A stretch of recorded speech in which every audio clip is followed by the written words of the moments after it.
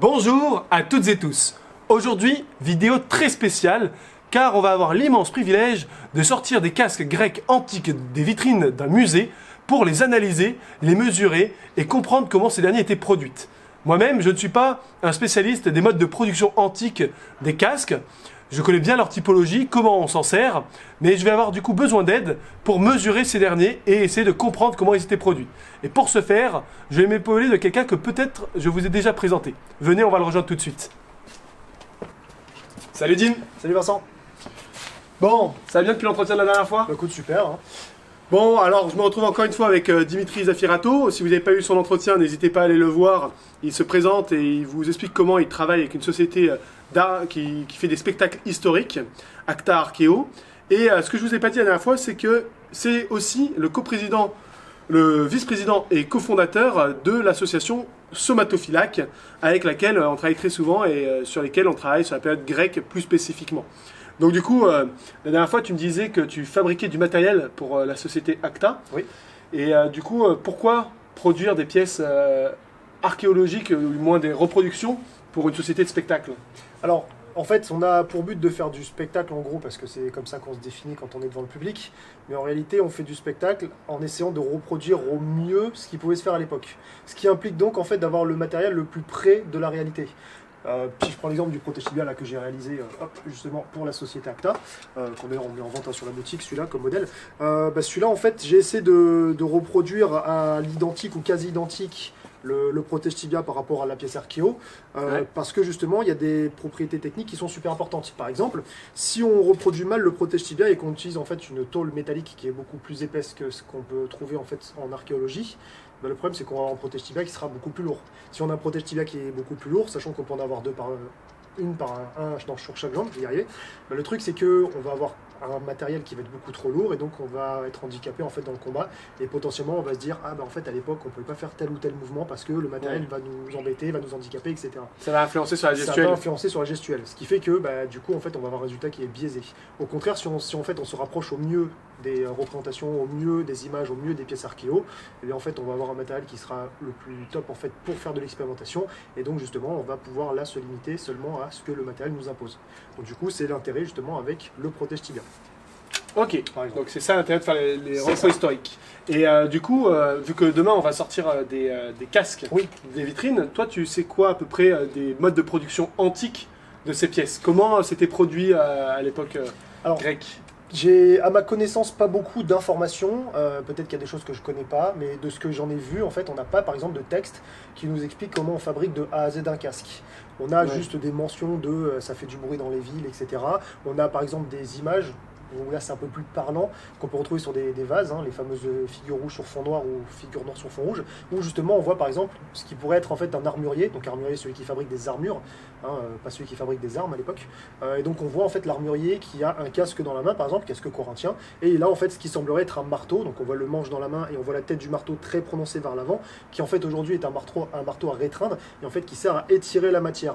Et donc du coup, si justement il représente ce type de matériel là, potentiellement, en fait, peut-être qu'on peut voir sur les pièces archéo des traces de martelage. Parce qu'on a souvent entendu parler de casques qu'on va fondre en une seule pièce, etc. Que je suis convaincu que c'est pas possible. Et donc, du coup, on va se retrouver avec des pièces où, par exemple, on va avoir des défauts comme ça, de martelage sur la partie extérieure. Peut-être que c'est poncé à l'époque pour que ce soit un peu plus joli et plus lisse. Mais voilà, si on retrouve ce genre de traces-là, c'est que j'utilise des marteaux pour étirer la matière. De la même façon, en fait, qu'on va prendre en fait, une pâte à modeler ou une argile, et avec la main, en fait, on va sur un espèce de galbe en boule comme une tête, on va l'étirer pour que ça prenne la forme, comme une pâte à pizza. Sauf que comme c'est mou, on le fait à la main, avec du métal, on va le faire au marteau pour le pousser. D'où l'intérêt d'avoir cette forme très prononcée vers l'avant. Ok, donc si je comprends bien, peu d'informations textuelles, des traces archéologiques et justement... Des traces d'outillage, des images. Ouais, du coup, les traces archéologiques, c'est ça qu'on va essayer de voir demain. Donc toi, qu'est-ce que tu attends justement de ta visite au musée demain de Mougins? Pas mal de choses déjà, le plaisir. Ouvrir des casques d'une vitrine, c'est pas toujours qu'on va le faire, donc ça va être assez sympa.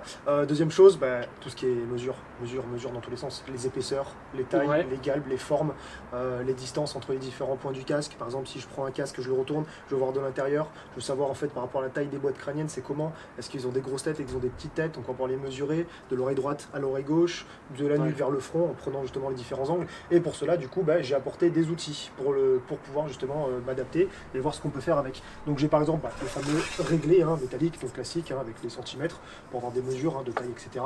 Mais il y a des outils beaucoup plus précis, pour pouvoir mesurer par exemple l'épaisseur. Donc je vais prendre le pied à coulisse. Le pied à coulisse, donc, il va se régler comme ça. Et donc on a les deux dents. Ouais. Tiens, on a les deux dents et en fait on règle.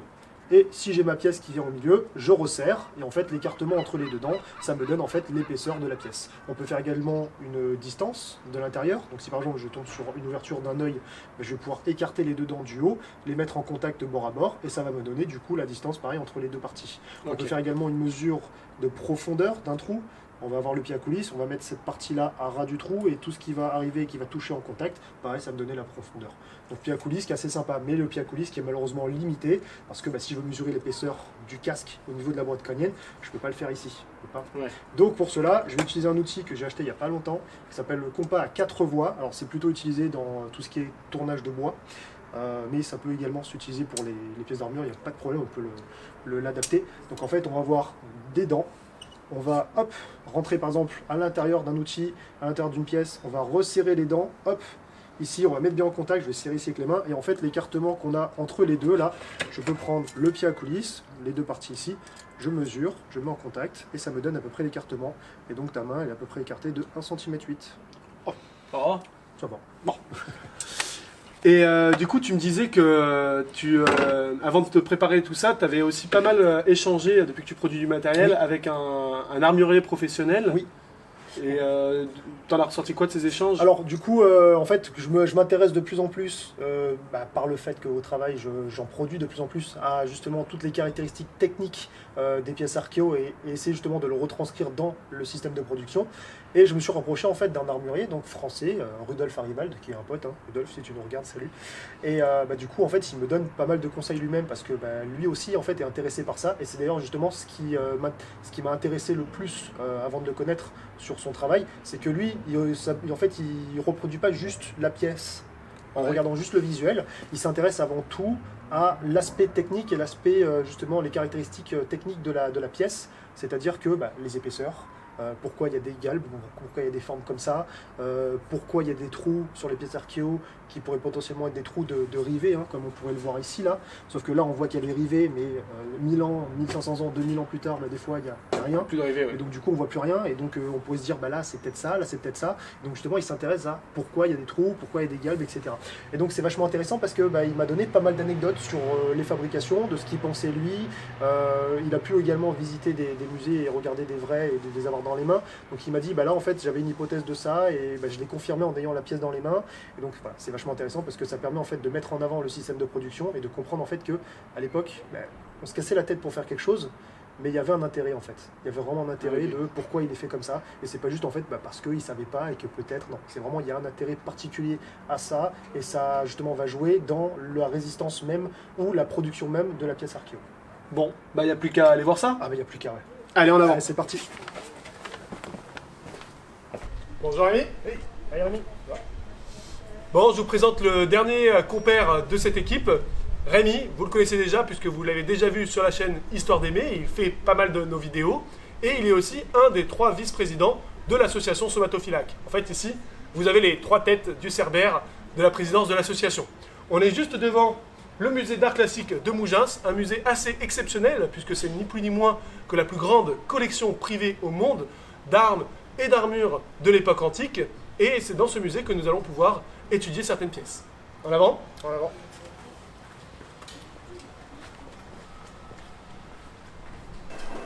Bien, ça y est, nous y sommes. Nous allons faire notre première analyse de casque. On va commencer par un pilos italique. Donc à chaque plan, on amènera les pièces, on fera les mesures. Ensuite, on le posera sur le socle, on fera d'autres mesures complémentaires.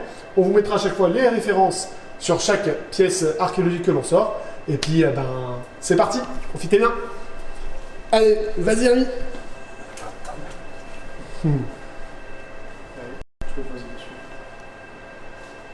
Yes. Donc tu vois, du coup, on peut voir des... Tu vois, tu as des traces de corrosion là. Alors ça, c'est corrosé. Vous voyez tout ça là? Il y a de la corrosion là, ici. Puis après, tu as des traces de martelage sur le casque. Genre, là, par exemple, c'est martelé ici. Ouais, bon, ça c'est peut-être une déformation. Là il y a une fissure ici. Après c'est particulier parce que celui-là il a été un peu restauré, donc du coup le restaurateur il a passé un enduit à l'intérieur pour pas que ça se désagrège. Fais voir. Là ici, là tu vois en fait l'intérieur. Hop. Tu vois tout l'intérieur en fait. T'as une espèce de couche en fait. Genre comme un truc un peu fibreux, et donc du coup ça permet d'éviter en fait le casque se désagrège s'il y a des parties en fait qui sont pas bien en fait intactes. Donc du coup c'est à dire qu'il a passé quelque chose. Donc on peut pas vraiment voir à l'intérieur, voir s'il y a des traces de coups de marteau, parce que bah, c'est planqué par cette couche ici là, tu la vois à la caméra. Ouais. En tout cas déjà en termes de ressenti, le poids du casque, c'est à rien, c'est vraiment hyper léger quoi. On va faire le poids après, mais c'est vraiment hyper léger.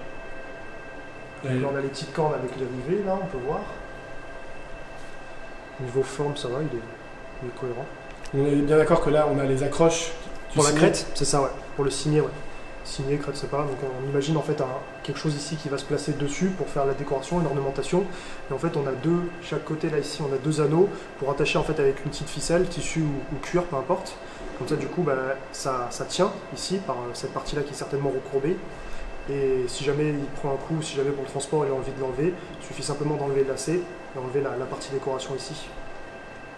Et ça on retrouve ça sur d'autres types de casques. En même temps c'est logique puisque avec l'espèce d'énorme prononciation ici du cône, si on veut faire tenir quelque chose là, bah, c'est bien de l'attacher pour le tirer vers le bas. Après pareil sur les côtés, à chaque fois là sur la roue, on a des trous en fait, là, et on a la même chose de l'autre côté, hop, c'est pas anodin. Du coup, peut-être un semblant en fait d'accroche pour le jugulaire. Ici, là. Ouais, c'est ça, là, ici, là. Accroche pour la jugulaire, ici, là. Et là, ce trou-là, là, qui est juste là. Où ça? Là. On dirait qu'il y a un trou ici. Là. Alors là, du coup, on peut pas voir, malheureusement. C'est compliqué. Moi, je pense que c'est juste de la corrosion du métal. En fait, métal qui se fait ronger avec le temps, donc du coup, ça fait un espèce de défaut dessus. Est-ce que tu peux tout donner de l'autre côté ici? Ouais, là, ici, hop. Tu vois, pareil, tu vois plein, c'est corrodé partout. Et attends, j'ai l'impression qu'il y a des traces de martelage là, non? Oui, il y a les deux, il y a les traces de martelage et il y a aussi de la corrosion. C'est toujours pareil, un peu difficile à voir d'un extérieur. Parce que vu que le casque normalement est censé être bien poncé et poli en extérieur, tu vois plus difficilement les traces de martelage, mais on verra ça sur d'autres casques. Alors, l'intérêt de toute façon c'est de voir 3 types de casques de la même typologie pour pouvoir les comparer ensemble. Ça va. C'est génial. On va passer à la mesure? Bien sûr. Allez. Alors moi je pense commencer par le poids. Ok. C'est bon? Alors, qu'on rigole. 600 grammes. 600 grammes, c'est ça, 600 grammes. Toi je t'avais dit, 700 grammes à peu près. 600 grammes, donc 500 grammes, 580 exactement. Alors épaisseur, bol, joue, il n'y a pas de joue. Sur celui-là, il n'y a pas de joue. Le nez, il n'y a pas de nez. Couvre-nuque, il n'y en a pas. Et le front, du coup, ça a l'air d'être pareil de partout. Donc, déjà, on va commencer par pied à coulisses. Le pied à coulisses. Le pied à coulisses.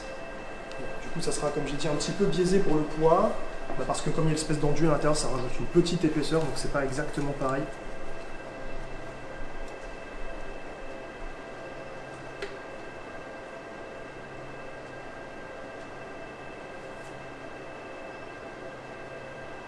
« 2 mm sur le bord ici. Rémi note en cas, comme ça il n'a pas besoin de changer à chaque fois. Je vois.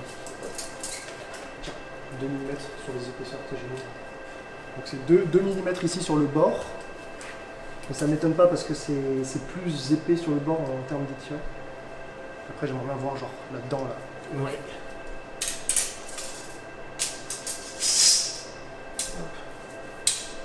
Bon, ok.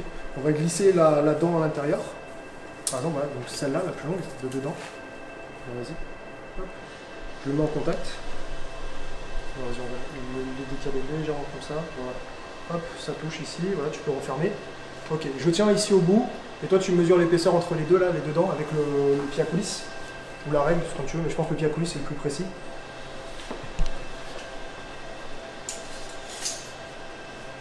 Tu me dis à peu près c'est quoi l'écartement.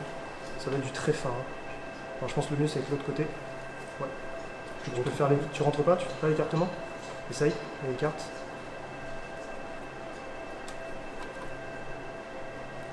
Tu le tires vers toi, le rang là. Faut le tirer vers toi. Ouais. Vas-y. Ça te donne quoi? 1 mm. 1 mm, c'est ça, 1 mm.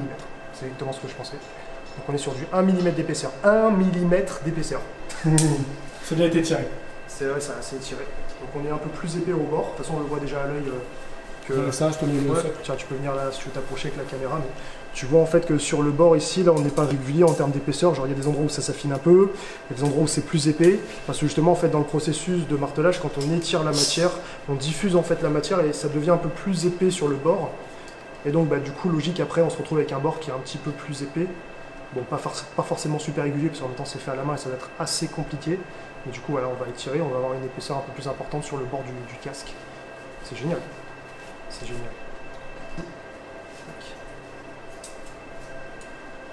Alors là, je fais d'oreille à oreille sur la taille, je sais pas si tu le vois. Oreille gauche, oreille droite. C'est bon. C'est bon. 17. C'est petit. C'est petit pour en même temps. Et après, nuque, front.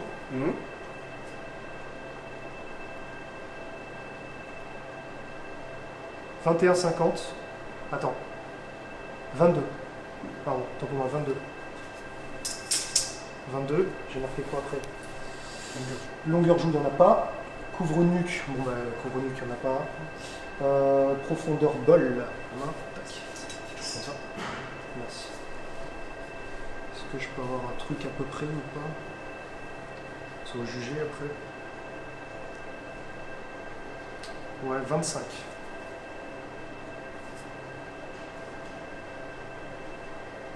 C'est à peu près ça, 25-26 environ.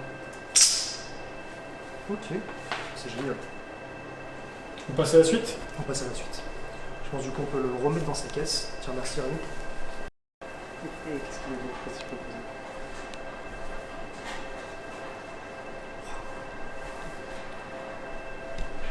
Bon, déjà, ressenti du poids, léger. Genre méga léger. Mais vraiment.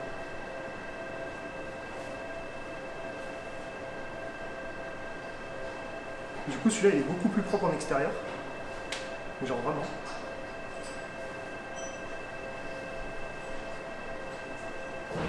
Alors, je pense qu'on les voit pas à la caméra, mais moi je le vois à l'œil nu. Mais on a des traces de griffure en fait, avec des traits réguliers. Et en fait, ça c'est sûrement un ponçage. Le ponçage en fait du casque, ponçage polissage. Alors, je pense pas on les voit, mais genre, moi quand je regarde comme ça avec la lumière, là, je vois en fait ici, là, c'est... Vas-y, remonte avec le doigt parce que là en zoom, je pense que je vois. Par là ici en fait, tu vois, j'en vois. Quand je regarde avec la lumière, non, des traces de griffure en fait. Ah oui, comme si avec un papier à poncer en fait, tu venais, tu vois, frotter. Et du coup, en fait, ça c'est les traces de ponçage pour rendre le casque du coup le plus lisse possible et faire en sorte que ce soit du coup après l'aspect brillant et l'aspect propre, l'aspect fini quoi. Parce que sinon on voit les traces de marteau. Bon franchement le laurier tout autour en repoussé là, c'est vraiment la classe. Hein. C'est vraiment la classe. Hein. Je sais pas ce que t'en penses Rémi, mais c'est quand même la classe. Hein.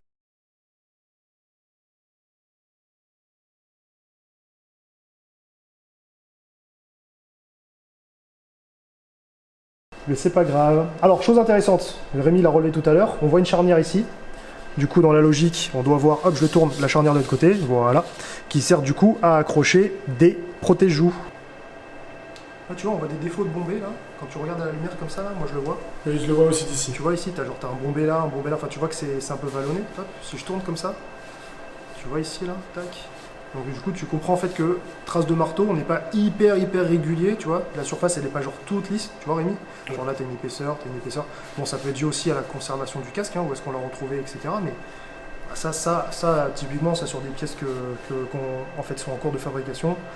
Quand t'as pas fait ta partie planage à 100% nickel pour le rendre lisse, tu le vois en fait, c'est la même chose. Donc là, tu comprends en fait que à partir du moment où à l'époque il se dit, ouais, visuellement c'est correct, il va pas plus loin, quoi, tu vois. On n'est pas à la symétrie près comme on pourrait l'imaginer aujourd'hui en fabrication. Bon nickel. Et du coup mesure de taille, puis on aura fini sur lui. Allez.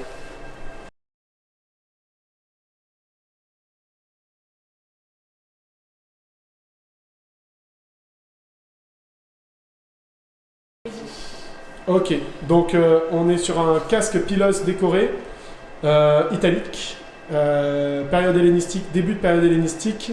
Numéro d'inventaire 597, poids 1 kg et 117 grammes, ouais, c'est ça? C'est ça, 116, 117, ça fluctue un petit peu, mais c'est ça. Allez, on est très bien. C'est parti. Donc tu vois ici, là on voit par exemple là, les griffures comme ça, là on en voit qui vont vers le bas ici, là comme ça, on en voit qui vont ici, là, ici. Donc du coup, c'est logiquement, hein, c'est les traces de ponçage hein, en fait. Donc c'est les traces de ponçage qui vont servir à rendre le casque brillant et faire en sorte que toutes les petites traces de martelage, hop, on les enlève pour faire un casque hyper lisse. Et donc ça, c'est ce qui est intéressant, c'est que du coup, comme le disait Arivald, en fait lui il les voit également sur les pièces archéo 15e siècle. Ok. Donc on a les mêmes résultats. Alors, je ne sais pas exactement comment il le faisait à l'époque, mais il y a des petites hypothèses. Lui, il m'avait parlé, par exemple, de quelque chose qui est assez intéressant et qui est logique. C'est une roue, une bande en cuir, et sur la bande en cuir, en fait, tu en colles du sable qui est plus ou moins en fait fin. Et du coup, en fait, tu passes avec un gros grain pour enlever des bonnes grosses épaisseurs, et tu diminues en fait au fur et à mesure les grains pour avoir l'aspect le plus brillant possible et le plus lisse possible, en fait. Et donc là, du coup, on voit des grains qui sont pas hyper fin, mais pas hyper grossier non plus. Ça, en gros, moi, quand je le fais, ça ressemble en gros à une finition avec du genre 120-180 en termes De grammage. Ouais, de taille de grain, ça ressemble à ça. Enfin, ça me fait penser à ça.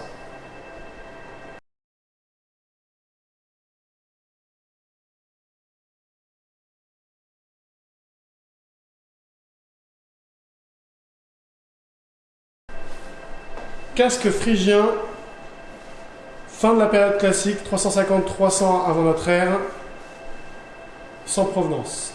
Allez, c'est parti. Sans provenance. Ils viennent de nulle part. Orphelin. Allez, tu peux poser et je vais voir le poids.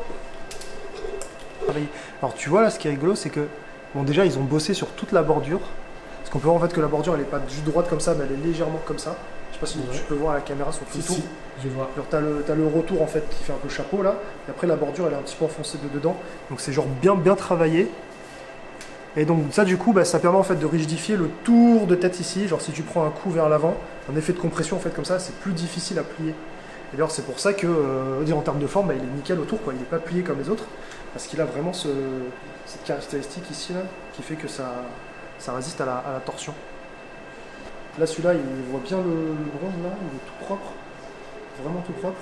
De chaque côté, les trous ici, qui sembleraient être des trous de fixation pour justement peut-être des paragnathites qui n'ont pas été retrouvés avec. Tu vois, on en voit là des gros trous là, tac. Ou peut-être pour autre chose après, on ne sait pas, hein, mais peut-être des paragnathites. Ouais, intéressant. Maintenant, ce qui m'intéresse, c'est de savoir comment ça s'est fait. Parce qu'on a des modèles archéo où des fois on voit tout autour en fait un espèce de liseré noir qui semblerait potentiellement être en fait une pièce rapportée. Donc genre on fait le bol ici qui monte, le bol est troué en haut. En fait, on fait cette partie-là en rapporté, on vient la fixer avec des petits rivets, et après, avec un système d'étamage, en fait, on vient combler les espaces, et du coup, ça permet en fait de lisser les détails et de faire en sorte qu'on ne voit pas le décroché, en fait, le raccord entre les deux parties. Et celui-là, quand tu regardes de l'extérieur comme ça, tu n'as pas l'impression que c'est une pièce rapportée, tu as vraiment l'impression que c'est fait d'une seule pièce. Du coup, le mieux, de toute façon, pour le voir, c'est de regarder l'intérieur de dedans. Je peux prendre comme ça. Hop. Et alors là, il n'y a pas l'enduit. Donc là, on voit tout. Oh, c'est parfait.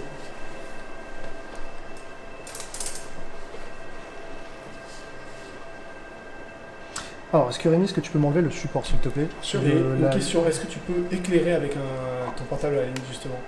Comme ça, on verra bien l'intérieur.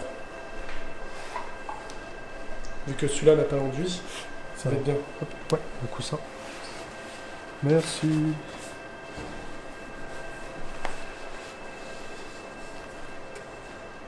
Ok, il est troué là. Ok, ça c'est bien. Vas-y, éclaire. Est-ce que tu peux éclairer genre le fond? Juste voir comment c'est. Est-ce que tu peux juste. Ouais, que je regarde. Est-ce que Rémi, tu peux vraiment éclairer l'intérieur là-bas? Vas-y, encore. Oh, ok, stop. Nickel. C'est fait d'un seul bloc. C'est fait d'un seul bloc. Ça me trouve en deux. Ça vraiment, ça me tue. C'est fait d'un seul bloc. Oh, c'est très fort. T'as des traces de martelage là que tu vois du coup? Oh, il y en a plein. Il n'y a que ça. Il n'y a que ça. Traces de martelage à l'intérieur, il n'y a que ça. J'ai l'impression de voir les knémites que je suis en train de faire pour Nico là. Il y a toutes les traces de l'intérieur là. Donc on est bien d'accord, pas de fondu. Pas de fondu, c'est sûr. Pas de fondu. On aurait des défauts d'épaisseur si ça avait été du fondu. Et là, il n'y a pas de défaut d'épaisseur, il y a juste un peu de corrosion. Mais sinon, il n'y a pas de défaut d'épaisseur. On voit du coup bien la ligne du film de l'extérieur en fait. On voit bien la ligne de ça là, qui est bien travaillée à l'intérieur.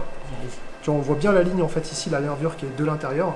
Ici, là, surtout par ici, parce que là, c'est un peu plus dur, je vois pas bien en haut, mais on voit bien la ligne, ce qui veut dire que du coup, c'est vraiment en fait une forme qui est rentrée, non, je dis n'importe quoi, mais on imagine en fait un truc qui est comme ça à l'intérieur, là, bien saillant, et en fait, du coup, bah, il a fait sa forme un peu arrondie en boule, et en fait, pour arriver à faire la nervure, bah, la boule, en fait, chaque côté, il l'efface, pour l'aplatir, en fait, et en l'aplatissant, bah, c'est ce qui fait que ça s'évase, en fait, en la largeur. Tu vois ce que je veux dire? Ouais. Comme si tu prenais une boule, en fait, tu la mettais comme ça, tu donnais un coup, et en fait, ça devient un disque plus large et plat. Bah, c'est un peu le même principe. Mais la matière, là, il est parti donc du sommet, mais comment il a étiré les deux côtés pour finir après sur cette forme-là là, Alors, sur la on va roche. remettre sur le socle, s'il te plaît, Rémi. On fera l'épaisseur après, etc. J'explique ce qui semblerait être logique.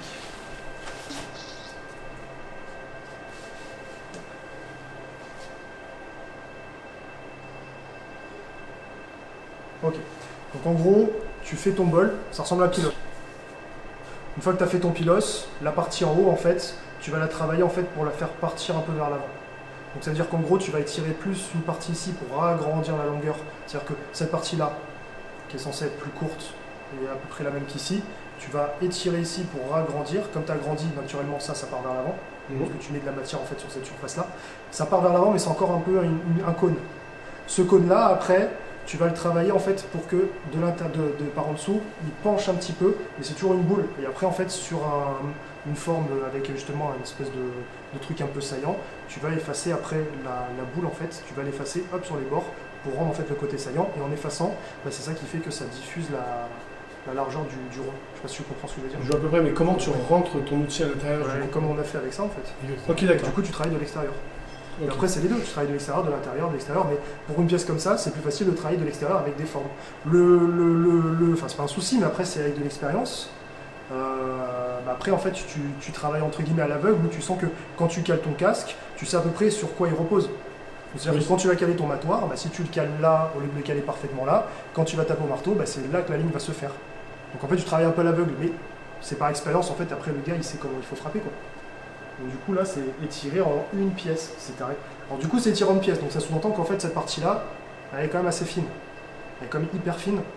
Donc du coup, bah, en fait, il n'y a aucune logique de combat. C'est vraiment purement pour représenter le phrygien. C'est pas genre un truc qui permet de donner un coup de boule, par exemple, qui est prononcé vraiment pour ça. Et du coup, ça porte à faux un petit peu vers l'avant, parce que ça met du poids, mais au final, pas des masses. Parce que sur le poids global du casque, c'est quelque chose d'assez insignifiant. Je suis sûr que si je découpe et que je prends juste cette partie-là et que je la pèse, par rapport au poids global du casque, ça pèse que dalle. On va pas faire ça. Mais on va pas faire ça. On peut pas. Allez, Donc ça pour les décorations, après il y a deux méthodes pour le faire. La première, ce qui semblerait être le plus logique, c'est du coulé. C'est bon. Et la deuxième, c'est ciseler quoi. Tu prends une tôle, tu le mets sur une espèce de plâtre d'enduit de graveur. Ça ressemble à un truc un peu marron, ça ressemble un peu à de l'argile.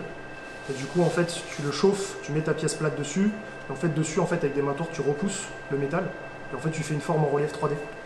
Ça permet quoi? Bah, ça permet en fait de gagner du poids sur un truc qui est coulé. Parce que là, si c'est coulé, ça rajoute vraiment plus de poids. Et ça permet également en fait, d'économiser un peu de la matière. On a des boucles de ceinture, par exemple, à l'époque médiévale, là, mérovingienne. Ça ressemble à d'autres boucles de ceinture comme on peut l'avoir dans l'Antiquité tardive. Sauf que l'Antiquité tardive, c'est des trucs coulés, c'est méga lourd, c'est un gros bloc la boucle de ceinture. Mérovingien, en fait, quand tu retournes la boucle, de l'autre côté, c'est creux. Ok. En fait, ça fait joli à l'apparat, mais en vrai, bah, tu triches un peu, quoi. Tu vois un truc un peu plus fin, un peu plus léger. Bien. Fin de celui-là. Ouais.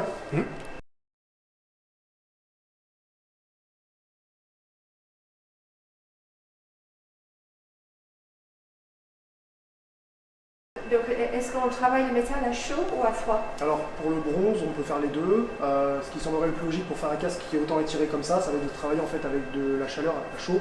Parce que si on le fait à froid, en fait, en frappant avec le coup de marteau, on va étirer la matière, oui, mais on va écrouir le bronze. Donc en fait, comme on va l'écrouir, il va devenir en fait de plus en plus cassant. Et donc ça peut arriver, et moi des fois ça m'arrive, sur 2-3 coups de marteau, si j'en mets genre un en plus au mauvais endroit, en fait, tac, ça fissure et ça casse net. Donc du coup, pour éviter ça, on chauffe soit on le laisse refroidir, soit on le trempe dans l'eau, parce que de toute façon ça ne réagit pas comme de l'acier, où on le chauffe et on va le tremper dans l'eau, et lui il va avoir un choc thermique et devenir plus ou moins dur. Là pour le bronze c'est pas important, on le chauffe, on le trempe dans l'eau, il redevient tout mou, et après on peut le remarteler. Et par exemple pour les clinides, les protèges tibia, qui sont très serrés derrière le mollet, il faut du coup les ouvrir pour enfiler la jambe.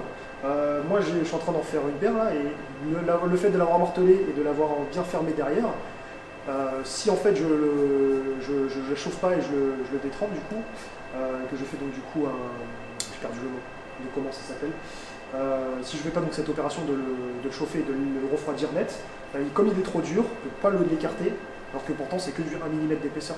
Et du coup quand je le chauffe et que là je le refroidis, là par contre ça s'ouvre vraiment comme du beurre, c'est super mou, donc super intéressant. Donc pour les casques, dans la logique, il faut le faire à chaud. Et après, peut-être à la fin, ça je sais pas, hein, ça faudrait faire des tests météorologiques, mais peut-être à la fin, en fait, s'il travaille à coups de marteau, d'aplanissage à froid, pour peut-être après durcir un peu plus la matière, pour que justement son champ de bataille soit peut-être un peu plus dur à certains endroits, etc. Peut-être ils font ça. Mais en tous les cas, si on veut rendre vraiment du bronze hyper dur et beaucoup plus dur que l'acier, bah c'est possible, parce qu'il y a un forgeron, Gaël Fabre, qui a fait une épée par exemple en bronze qu'il a forgé lui-même, alors que le bronze, on disait souvent, maintenant il faut le couler, lui il a vraiment forgé. Et du coup, il a tellement forgé, à la fin, il a fini au marteau à froid, à taper le bord de la lame tranchant pour le rendre dur, ce qui fait qu'après, sur un bout d'acier, il arrive à découper des morceaux. Et pourtant, c'est du bronze. Donc, c'est-à-dire que si on veut rendre le bronze dur, on peut. Techniquement, c'est possible. Tiens, archaïque. Là s'il n'y a pas de l'ancêtre, là, je sais pas ce que c'est. Hein. T'as vu comment il est large? Très vers l'avant? Ouais. Large, long. Ouais, très long, ouais. Alors, ça peut être deux choses, mais à mon avis, c'est pas le cas. La première, ça pourrait être parce que comme ça, et du coup, ça, à mon avis, non. Parce que quand tu vois ici, là, il est parfaitement régulier. Et donc en fait, si on fait quelque chose de relativement long, c'est-à-dire que quand tu viens caler ta tête, en gros, tu as le visage qui arrive par là. Et en fait, ça, c'est ce qui va être en contact, par exemple, potentiellement avec ton bouclier. Donc du coup, c'est pas la tête qui est collée, même le casque, donc tu ne prends pas des coups sur la tête. Tu vois, donc c'est potentiellement comme on fait nous, c'est-à-dire mettre des coussins en fait à l'intérieur, qui fait que tu éloignes la face, tu éloignes un peu la ligne de vue, mais c'est pas grave en phalange.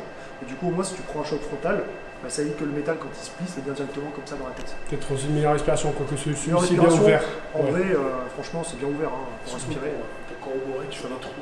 Ouais, c'est ça, t'as des côté trous aussi. pour la jugulaire. T'as des trous pour la jugulaire, ouais. T'as des trous pour la jugulaire? Ah oui, il y a un trou. T'as des trous potentiellement ici, là, tu vois, les gros trous qui sont décalés par rapport aux autres. Il y en a un là, et il y en a un autre de l'autre côté? Ouais, le même de l'autre côté de façon symétrique. Et tout le tour du casque, qui est assez récurrent sur pas mal de Corinthiens, donc de la période archaïque, c'est qu'on a plein de trous qui sont tout autour du casque, avec, là ici a priori, zéro rivet, ou zéro trace de rivet en fait en résidu. Les trous sont totalement nickel.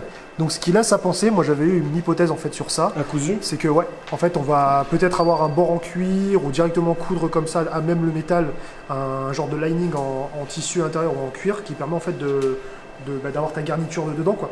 Parce que coller sur du métal ça pourrait fonctionner, mais sur du long terme, avec la transpiration, la tête qui bouge, etc., ça se décolle assez vite. Par contre, coller et coudre, ça tient quand même vachement mieux. Et il a deux trous là et deux trous là de l'autre côté. Ouais, deux trous là. Possible que ce soit signé effectivement pour décorer. Parce que c'est vrai que quand tu regardes les vases... Et pas des cimiers comme ça en plus. Ouais, cimier transversal, tu peux. Ouais. Tu vois pas mal de casques de cette période-là avec des cimiers, mais tu retrouves jamais de cimiers en fait. Sauf les cimiers qui sont durs en métal. Donc ça paraîtrait quand même assez bizarre que ce soit genre juste un truc posé sur la tête et que ça tienne comme ça. Donc ouais, on a toujours des trous comme ça là, ici, là. Alors toujours, non, pas sur tous les modèles, mais on a des trous qui du coup sont potentiellement des trous qui vont servir à fixer la sangle qui permettrait de maintenir une crête. Tu vois, tu pourrais peut-être te dire c'est une crête comme ça, fixée en fait avec deux trucs sur les côtés pour la maintenir, ou ça peut être effectivement une crête comme ça ici, qui est maintenue, genre je dis n'importe quoi, mais ce qui pourrait me venir à l'esprit moi si je devais le faire par exemple, c'est la crête comme ça, un laçage qui vient genre par-dessus, tu fermes comme ça par exemple, ou deux picots qui servent à maintenir la crête, tu vois, voilà. T'as plein de possibilités, mais ouais, ça peut être une crête comme ça effectivement. Classe celui-là, hein. Classe, hein. Donc celui-là un peu plus lourd que les autres quand même. Alors quand même pas mal épais, hein. Plus ancien? Plus ancien, ouais, plus ancien. Peut-être moins de technique. Franchement, ça va, hein, parce que quand tu regardes là l'aspect, il est genre lisse. Franchement, si on passe genre un coup de brosse dessus, avec genre de la peau le flap tissu, c'est genre méga brillant, il est lisse, il est parfait quoi, il est nickel. Il est vraiment nickel, enfin, je sais pas ce que tu penses, mais il est nickel. Quelques traces. Ouais, il y a quelques traces. De sablage, mais c'est... Oui, ne critiquez pas les artisans antiques. On voit toujours effectivement les griffures qui sont caractéristiques du ponçage. Mais il est vrai qu'avec les modèles précédents, là on est vraiment sur. Ouais, franchement, pour un truc qui est du 7e siècle, Ah oui. avant, c'est clean quoi. C'est vraiment propre. Hein. Mesure tout ça, tout ça. Mesure tout ça, tout ça. Mesure tout Allez, tout alors, ça. on va commencer par l'épaisseur. Hop, ici.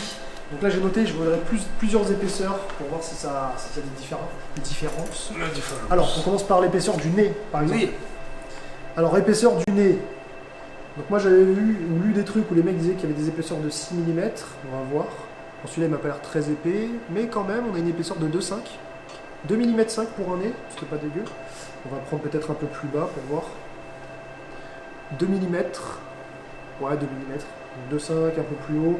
Bon, c'est normal en fait. En gros, tu étires la languette du nez. Bien sûr. Donc, du coup, c'est un petit peu plus épais là et un peu plus fin sur le bord. Donc, 2 mm 5 à la base du nez en haut et 2 mm vers le bas, ici. Donc, ça me semble pas déconnant. Hop. 2 mm sur la face aussi, sur les joues. Je vais prendre l'autre joue pour être sûr. Est-ce que je peux l'avoir celle-là? C'est compliqué, non, celle-là c'est trop compliqué. Non, c'est trop compliqué celle-là. Dans l'œil comme ça, c'est trop compliqué, on va la prendre là.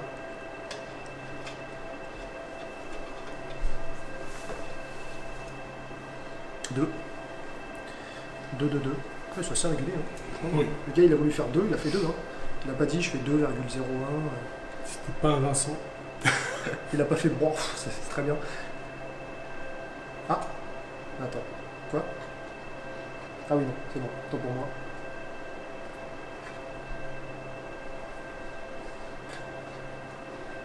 Deux. Bon, bah 2 hein. Face 2, 1,5. C'est plus fin en haut, donc c'est bien ça, donc c'est étiré. C'est plus fin en haut de 0,5, c'est pas énorme en vrai l'écart. Hop, alors je te laisse tenir. Donc 1,5 en haut, et du coup 2 sur les bords, donc ça veut bien dire qu'en fait c'est étiré, donc plus fin en haut, logique. Mais c'est pas autant étiré que ça, hein. Enfin, je veux dire, c'est pas autant fin. Ouais. Faut noter, il faut noter. On ne peut pas tenir et en même temps noter. Il se débrouille. Se débrouille. Alors l'intérieur. Alors, j'arrive pour L'intérieur. essayer d'être tourné vers la luminosité. Là, on voit bien là. Voilà, là c'est La bien. longue. Donc, intérieur, ce qu'on voit, c'est que du coup, par exemple ici, trace avec un petit peu d'enduit, c'est normal parce qu'en fait ici il est fendu là, donc je pense que c'est pour consolider cette partie là, c'est logique. Ce qu'on voit c'est qu'il y a des traces de martelage quoi. Tu m'en montres quelques-unes dans le fond? Alors quelques-unes dans le fond, du coup moi je les vois à l'œil parce qu'avec le reflet de la lumière je vois. Mais genre par là en fait dans cette zone là tu vois du... Hop là il y a le... Tu vois en fait des coups de marteau. Tu vois là ici, t'en vois là quelques-uns là, tac tac tac, ça c'est point, ça va être des coups de marteau. Ici. Donc ouais, c'est des traces de marteau. Je regarde si on a sur le côté. Plus de lumière. Comment? Il n'y a plus de lumière. Ouais, pardon. Ouais, on en voit aussi sur le côté là. En fait, t'en vois en ligne comme ça là. Moi je le vois bien avec le relief, je sais pas si ça se voit bien à la caméra. Là ça se verra moins avec la moumoute du micro malheureusement. C'est compliqué. Perchiste. Le perche, c'est compliqué à voir. Ouais. Avec la caméra, mais moi je les vois là, ici là. Là il y a des traces comme ça là. Tac, tac, tac. Ça fait vraiment penser à ce qu'on peut voir sur certains casques. Par exemple, la Rival, lui, quand il me montre des photos de ses casques en production, ici là, on voit déjà de l'extérieur les traces en fait de la rétreinte au coup de marteau là, ting ting ting. Et du coup, en fait, ça a à peu près le même aspect que ce qu'on a de dedans. Donc ça veut bien dire différence d'épaisseur plus traces de coup de marteau. Le casque est tiré en fait. Hein. C'est pas coulé. C'est pas coulé. Si ça avait vraiment été coulé, déjà on verrait des défauts d'épaisseur, hein, comme j'ai déjà dit, donc c'est-à-dire que ce serait genre peut-être un peu plus fin là, peut-être un peu plus épexé, etc. Parce que dans le moule, quand on va faire la coulée, du coup le bronze il va un peu figer par endroits, un peu solidifié, etc. Donc ça donnera un truc un peu dégueu. Par contre du coup, traces de martelage intérieur, plus ponçage extérieur, plus du coup enfin c'est pas vraiment défaut, mais plus différence d'épaisseur entre le bol, les bords et les côtés, etc. Voilà, c'est tiré, hein, c'est tiré. C'est tiré en une pièce. Donc on a des casques faits en une seule pièce.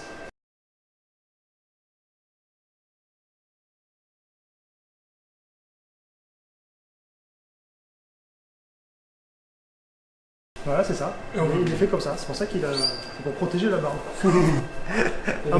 importance de la barbe chez les Grecs, du coup, tu le vois par... Voilà, c'est pour éviter qu'un coup de falque coupe la barbe au passage. Ça serait terrible. Celui-là est particulier quand même. Hein. Celui-là, il faut aimer. Hein. Celui-là, il faut aimer. Hein. Ok. Alors déjà, lui, c'est évident. Il n'y a même pas besoin de prendre les mesures d'épaisseur là pour en être sûr. C'est qu'on voit derrière, il est cassé le casque. Là, il est un peu fendu, etc. Ça s'est un petit peu écarté, tu vois. Là, si on voit là sur le côté. Et donc du coup, on peut voir l'épaisseur de la matière. Alors, on pourrait se dire, oui, mais c'est que le bord. Mais comme on peut voir bien dans la ligne, en fait, il n'est pas très épais ici. Alors que si on regarde juste la base au toucher comme ça, on regarde le nez, le devant, etc., c'est beaucoup plus épais. Donc ce qui est sûr, c'est que là, on doit avoir quelque chose qui doit être super fin. Et en fait, il a dû être étiré genre de là et vers l'avant. Et pas genre comme ça, plus dans ce sens. Il faudra voir après avec les épaisseurs. Mais quand je regarde le trou ici, par exemple, j'ai l'impression que c'est beaucoup plus épais que là derrière. Donc du coup, on va diffuser en fait la matière vers l'avant pour avoir quelque chose de plus conséquent ici et d'un petit peu plus léger derrière. Et c'est bien aussi parce qu'on peut le voir par rapport à la balance. Quand on l'a comme ça dans les mains, on sent en fait que l'avant est beaucoup plus lourd. Donc c'est logique en fait. Il y a un peu plus de poids vers l'avant, parce qu'il y a un peu plus de matière. Donc ça sous-entend en fait que dans le processus de fabrication, il y a une volonté en fait de mettre un peu plus de résistance technique ici que vers l'arrière pour résister à des chocs un peu frontaux. Et du coup, ça colle avec le principe de la phalange qui est l'autismos, la charge vers l'avant et donc un choc frontal. Cohérent ? Cohérent. Même s'il n'est pas très marqué sur celui qu'on va voir juste après. On commence à voir le décroché. On commence à voir le décroché du bol. Alors à quoi ça sert ? Moi j'ai longtemps pensé en fait que, et je me suis basé en fait sur les modèles qui ont été reproduits en archéo, qui sont pas des bonnes reproductions en vrai. Je pensais en fait que c'était pour éloigner en fait la boîte crânienne de la face. Et en fait non, maintenant que je suis en train de voir les casques et en train de voir les poids, les épaisseurs, je me rends compte que c'est peut-être plus dû à justement le mouvement de compression. Vu qu'on va délimiter une nervure sur tout le tour, bah, ça va être plus dur en fait d'enfoncer la forme du casque et donc du coup de le plier dans tous les sens. Et du coup bah, ça colle avec le principe de la phalange qui est choc violent. Vu qu'on va avoir une nervure sur tout le tour, pour enfoncer, c'est plus compliqué. Donc pour les coups de lance, ça va faire glisser, il n'y a pas de problème, ça va faire le taf.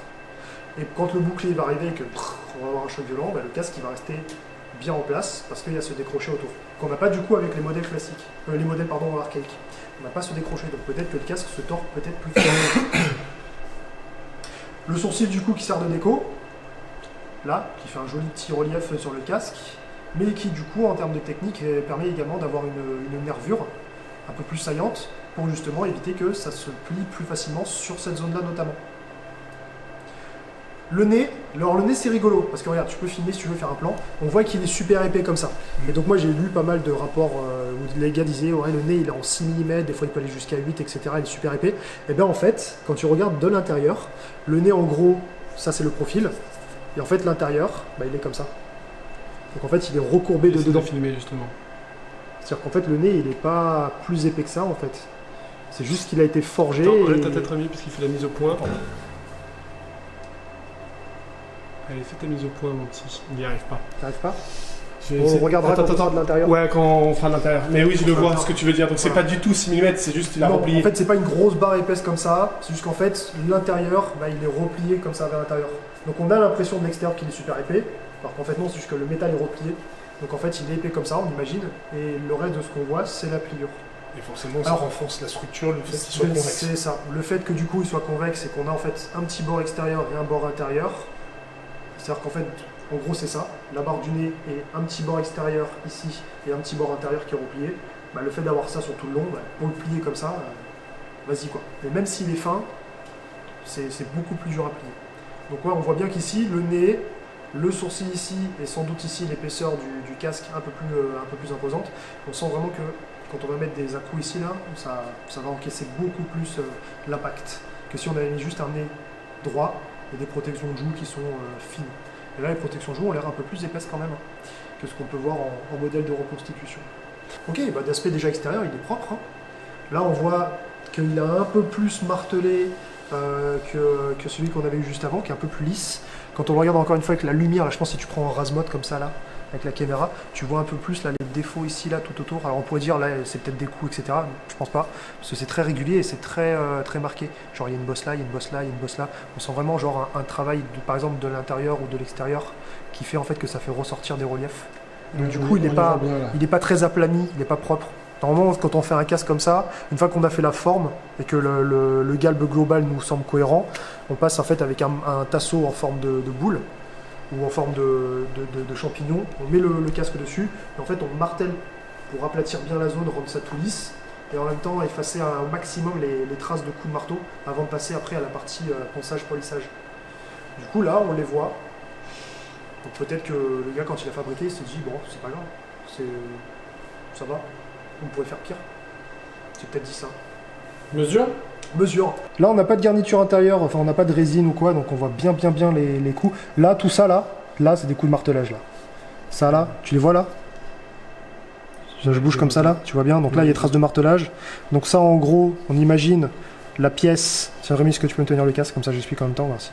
Donc en gros, la pièce, là, ça part droit, comme ça. Et après, en fait, tu mets sur un bord ici. En fait, tu viens taper cette partie-là pour l'abaisser.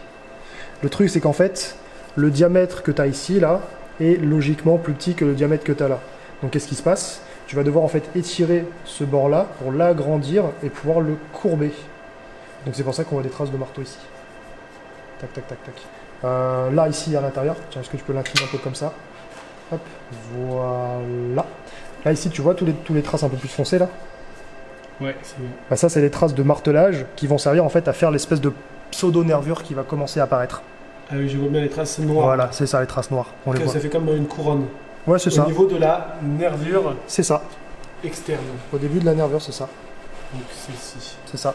Donc du coup, c'est frappé certainement de l'intérieur pour donner la prononciation. Et après, on termine sur un espèce de bord un peu plus saillant pour faire la prononciation en tapant de l'extérieur.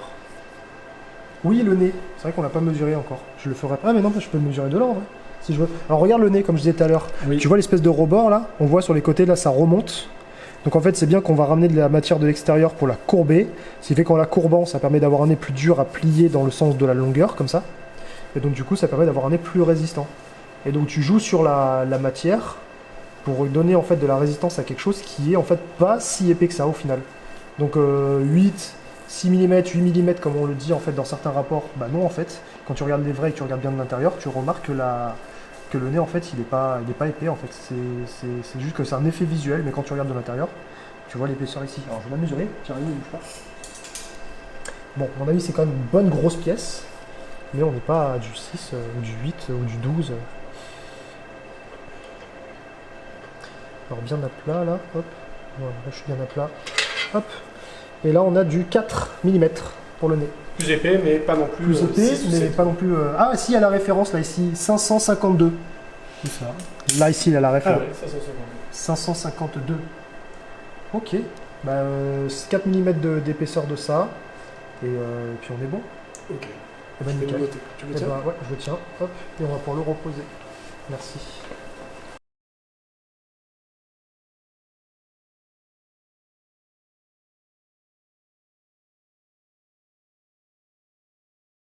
Même pas. 900 grammes. 900. C'est super light. C'est un truc de fou. Super light. 1 kg, 900 grammes. 974 grammes. Et quand les gars en presta ils prennent nos casques et ils disent ouais mais ils sont trop fins, forcément vous déplacez rapidement, vos casques ils sont pas... Alors maintenant, à savoir comment on distribue la matière. Ah non mais sur les notes c'est pas pareil mais Parce oui. que nous, on a un truc qui est globalement de la même épaisseur partout. Mais en termes de poids, je pense qu'on s'en rapproche. Oui. Par contre, on n'a pas la même épaisseur de partout. Oui mais nous on ne prend pas de coups de lance. On prend pas de coup de lance. Alors du coup, là, ce qui est rigolo, c'est qu'on a vraiment cette forme ici, là. Et ça, en fait, on le voit sur pas mal de Corinthiens. Et surtout des Corinthiens donc de la période classique. Parce qu'avant, période archaïque, c'est un peu plus rond. C'est un bol vraiment plus rond. Et là, on a vraiment un bol où c'est genre, on imagine il y a une arête ici et on prononce vraiment la forme de l'arête. Du coup, en fait, en termes de protection, on peut se dire que sur tous les coups qui vont venir du haut, donc des coups de lance par exemple, bah, ça va plus en fait glisser, ça va être un peu plus profilé, donc ça risque moins de s'accrocher. Parce que bah, comme c'est du métal relativement fin et que c'est un métal un peu mou, si on vient choquer avec même un truc un peu pointu, on peut faire en fait un petit picot à l'intérieur, et le picot en fait, bah, si on continue à pousser, en fait ça peut déchirer le métal, si le métal se déchire, ça fait un genre de guide et ça peut rentrer plus facilement. Et là le fait qu'il soit vraiment évasé, pour avoir vraiment un appui dessus et arriver à l'enfoncer, c'est beaucoup plus compliqué quoi. Donc on a vraiment une forme qui est beaucoup plus profilée et on sent pour tout ce qui va venir de ce choc là, quoi, de ce côté là. Ça fait vraiment une tête... N'en dis pas plus. Vraiment. Ça fait vraiment cette forme. cette forme-là. T'inquiète, t'en fais pas. Il a compris le truc. Après, on voit les décorations ici, là. Alors, est-ce que c'est du métal replié comme ça vers l'intérieur, enfin vers l'extérieur? Je sais pas, c'est un peu rongé, donc c'est un peu difficile à voir. Non, ça a pas l'air. Ça a l'air en fait juste d'être une nervure en fait de l'intérieur qui est cassée. Je sais pas si tu vois ce que je veux dire. Comme si on avait donné un coup de burin là pour former la nervure, et après tout le tour on l'avait rabattu vers l'intérieur. Et du coup, le fait que ça ressorte ici là, sur tout le tour du casque, ça fait un petit décroché. Et en fait, ça du coup, en armurerie, c'est bord de fuite. Donc ça permet en fait d'éviter qu'une pointe de lance rentre plus facilement à l'intérieur. Donc genre par exemple si je viens avec une lance et que je viens frapper comme ça vers le haut, quand la pointe elle va venir choquer ici au niveau du front, si elle glisse un peu vers le bas, tac, avec la petite arête ici, ça va conduire la pointe en fait de lance potentiellement plus vers l'extérieur du visage que vers l'intérieur de l'œil. Chose qu'on n'a pas en fait avec après les casques, les anciens, ouais. Les périodes archaïques. Il va vers l'avant, tu vois. Oui, il a un point. Tu vois, il va vers l'avant. Donc du coup, je sens que cette partie-là est vraiment plus lourde que l'arrière. Donc comme d'hab en fait, c'est qu'on surprotège. Alors non seulement il y a plus de matière parce que les joues sont plus imposantes, etc. Mais surtout c'est parce que cette partie-là, là, ici, là, plus épaisse, pour justement toujours pareil encaisser plus l'impact d'un choc frontal. C'est rigolo, il est pas très grand quand tu regardes comme ça. Hein. Il est vraiment sur pile poil la taille d'un gars quoi. Tu vois, c'est pile poil la taille d'un crâne, donc c'est vraiment bien ajusté. On n'a pas un truc qui est trop large, qui est trop grand, qui baille, où tu as besoin de mettre 50 calos pour le mettre sur la tête. Là, c'est vraiment, c'est parfait quoi. Ça Cheveux crépus et c'est bon. Cheveux crépus. Théo, c'est pour toi. Bon nickel. Nickel. Ouais. Stop.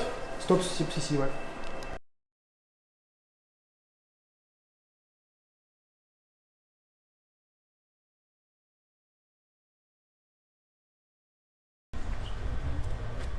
Coupé. Bon, eh bien, ça y est, c'est fait. On a mesuré, pesé et évalué et on les a jugés suffisants. Effectivement, les a jugés suffisants. Donc, bon, alors, quels sont tes retours un peu sur tout ce qu'on a vu justement au musée? Quel est ton avis sur ces casques? Alors, du coup, fondus ou martelés? Alors, déjà, vie personnelle, énorme. Vraiment.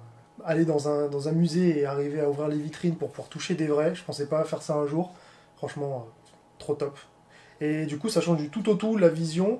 Et effectivement, martelé, pas fondu. Pas fondu, mais pas du tout fondu. Des différences d'épaisseur sur l'ensemble du casque, que ce soit du sommet, sur le tour de tête, sur le bol en lui-même. Donc s'il y a des différences d'épaisseur, c'est forcément du martelé. Et pour ajouter à ça, trace de marteau à l'intérieur, donc aucun doute. Aucun doute martelé, 100% martelé. Ouais, de toute façon, c'était un peu l'idée que tu en avais à la base, et totalement l'idée ça que j'en s'est avais. vérifié. Hein. Donc, déjà, techniquement, arriver à couler un casque, j'ai jamais vu quelqu'un arriver à le faire. Et puis, même les mecs qui arrivent à faire ça avec des systèmes d'aspiration d'air, tout ça, et des moyens modernes, aussi fins que ça, c'est impossible. Ou alors ça va figer, ou... c'est trop compliqué à le faire. En fait, ce serait se casser la tête pour arriver à faire quelque chose, alors qu'en fait, le martelage... ça marche aussi bien, et c'est même mieux techniquement parce que ça permet d'endurcir un peu plus le métal. Donc pourquoi s'embêter à... En parlant de finesse d'ailleurs, pareil, l'autre chose qui nous a étonné, c'est quand on a pris les casques, et bon, vous l'avez vu, hein, des poids incroyablement légers par rapport à ce qu'on pensait. En fait, on a des casques dans notre association qui sont des répliques, et justement, à des moments, quand on les manipulait, on se demandait si... ouais, mais là, on se permet des mouvements, de se pencher pas mal et tout. Ils sont peut-être un peu plus légers que les vrais, parce que bon, on les jugeait pas très résistants. Déjà, les notes qu'on a, on disait, voilà, si on se prend, on va à la guerre avec ça, c'est un peu dangereux. Donc peut-être qu'on se permet des choses qu'à l'époque, ils se permettaient pas, parce que les casques étaient plus lourds. Et d'ailleurs, quand on lit beaucoup d'historiens, ils nous disent, oui, les poids des casques sont terribles et vont limiter les guerriers, ils sont sous la chaleur et tout ça. Et en fait, non. C'est léger. En fait, on est très loin justement d'imaginer à quoi ça correspond en vrai. Et d'ailleurs, même quand je l'avais dans les mains, le premier qu'elle a sorti, le Pilos, quand je l'ai eu dans les mains, vraiment véridique. Hein. Moi, j'ai cru qu'elle m'avait sorti un truc en résine, moulé, un faux truc. Je me suis dit, non, mais c'est pas possible, c'est pas un vrai, ça a l'apparence d'un vrai, mais à aucun moment c'est du bronze. Et en fait, non, regardant plus près, c'est bien un vrai, mais c'est juste que c'est hyper léger, quoi. Ouais. C'est genre, je l'avais noté, c'est 580 grammes. Ouais, c'est ça. C'est un casque à 580 grammes. Non, mais du coup, ouais, c'est rigolo parce qu'on se dit, mais ça protège pas en fait. Sauf qu'en fait, oui, ça protège parce que ça protège de ce que ça a besoin de protéger. Les coups de lance, c'est ça, un coup de lance. C'est clair que si on vient avec un gros coup de batte de baseball, on explose le casque. Mais a priori, s'il a été étudié Et s'il a été pensé comme ça, c'est qu'il n'y avait pas de batte de baseball pour éclater des casques. Donc c'était que de la lance qui viennent glisser dessus, donc à la limite des petits pocs, à la limite des coups d'entaille sur le bronze, mais rien qui va en fait déformer véritablement la tôle, et qui va donc du coup entamer la tête du mec en dessous, quoi. Bah oui, il faut toujours, quand on parle d'objets archéologiques et quand on parle de leur usage, il faut les mettre en regard du contexte dans lequel ils étaient employés. C'est-à-dire que nous, aujourd'hui, quand on les emploie, on se dit, oula, on a vu, on se met des pètes rien qu'avec un coup de bouclier, on fait des duels, ils tombent par terre, on l'abîme, on se dit, bon sang, les casques doivent être beaucoup plus résistants. Et en fait, on oublie que dans un contexte guerrier, ce qui prime déjà, c'est l'allègement de l'équipement, parce qu'il faut durer en bataille, et puis surtout l'usage. C'est-à-dire que si en face, vous avez que des personnes qui se battent à la lance, et c'est le cas notamment pour les phalanges politiques, où on se croise en formation et on donne des coups de lance qui vont taper en haut, surtout en plus des coups descendants, donc sur la partie assez haute du casque, donc là, qui ont des formes qui permettent de dévier un peu les coups, il n'y a pas besoin de faire une épaisseur excessive.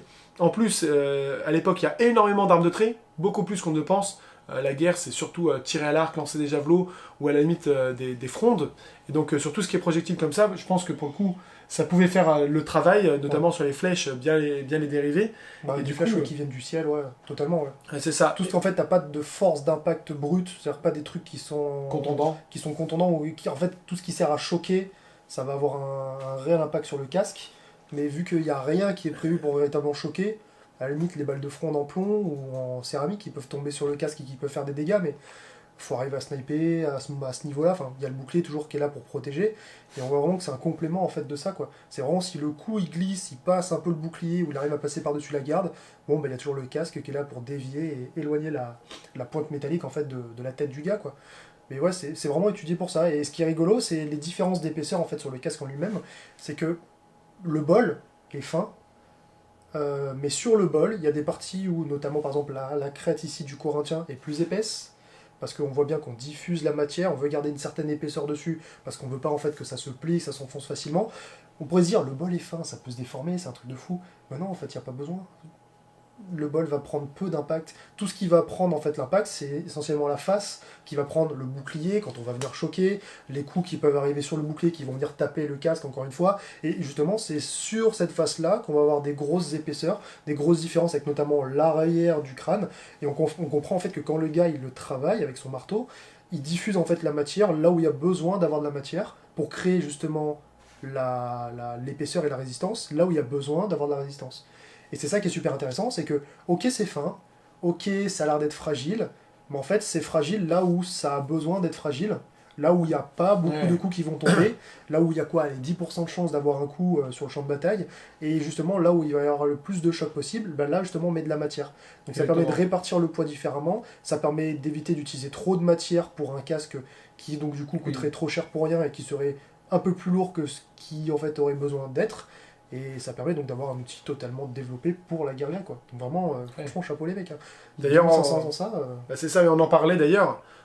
C'est pas pour rien que par la suite, ils vont commencer de plus en plus à développer des armes, notamment le copis, qui est une arme qui se rapproche plutôt d'une arme contendante, où on va venir pour choquer. Et en fait, on voit que la cavalerie va prendre de l'importance, et donc la guerre va progressivement changer. Mais on voit qu'en fait, c'était des casques qui étaient vraiment spécifiques à un contexte martial, et qui disparaissent avec la disparition de ce contexte martial. Totalement. Et on passe sur d'autres choses, on passe sur les casques romains, on passe sur autre chose. Et en fait, il faut jamais oublier qu'un objet archéologique, il correspond à un contexte. Et c'est pour ça que moi je trouve que c'est bien ce qu'on a pu faire. C'est vraiment un truc qu'on n'avait pas pu faire. Alors qu'en fait, c'est essentiel. Quand on travaille sur une période, il faut étudier ces pièces archéologiques et après les avoir étudiées, essayer de les mettre en regard du contexte dans lequel ils sont utilisés. Bon, en tout cas, c'était vraiment bien plaisant. Quelque chose à rajouter ou... Il faut le refaire. On le refait. Faut le refaire avec d'autres choses, on fera, avec des armures, avec d'autres époques. Faut le refaire. C'est, à mon avis, on n'est pas au bout des surprises. Ouais. Et j'ai hâte de voir justement ces surprises-là. Bon, bah alors, c'est là-dessus qu'on va vous laisser. Du coup, on va essayer, espérons, croisons les doigts, de pouvoir refaire ce type d'expérience et de vous les proposer en vidéo. Toutes les références, tous les poids, tout ce qu'on a fait en mesure, vous trouverez les liens en description. N'hésitez pas à aller y jeter un œil. Si vous avez besoin d'informations un peu plus importantes, n'hésitez pas, pareil, à m'envoyer des commentaires ou des mails. Et je réponds généralement assez rapidement, donc je vous donnerai tout ça. Et enfin, on a fait ici un format court Il y a un format long qui est prévu. N'hésitez pas à aller le regarder pour celles et ceux qui veulent voir un peu plus. On laisse un peu plus de temps aux prises de vue. On a un peu plus chaque pièce en détail. Et puis, en attendant de peut-être aller ouvrir notre vitrine, moi je vous dis, portez-vous bien. Ciao. Allez. Bon, on va au Louvre. Allez, on va au Louvre.